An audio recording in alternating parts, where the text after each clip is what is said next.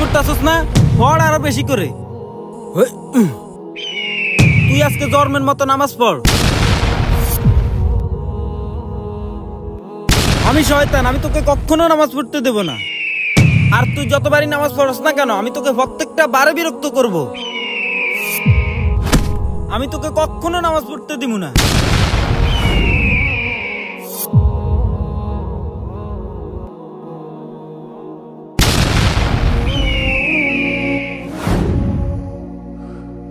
আরে আপনি কে?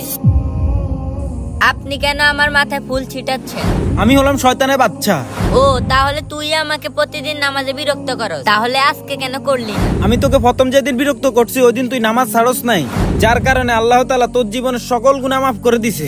তৃতীয় দিন যখন তোর নামাজে বিরক্ত করছি তখনও তুই নামাজ ছাড়স নাই, যার কারণে আল্লাহ তাআলা তোর পরিবারের সমস্ত গুনাহ মাফ করে দিছে। আজকে যদি আমি তোর নামাজে বিরক্ত করতাম তাহলে আল্লাহ তাআলা তোর পুরা গ্রামের সকল মানুষের গুনাহ মাফ করে দিত, আর আল্লাহ তাআলা তোর উপরে অনেক খুশি হতো। এই জন্যই তোর শরীরে ফুল ছিটাইতেছি।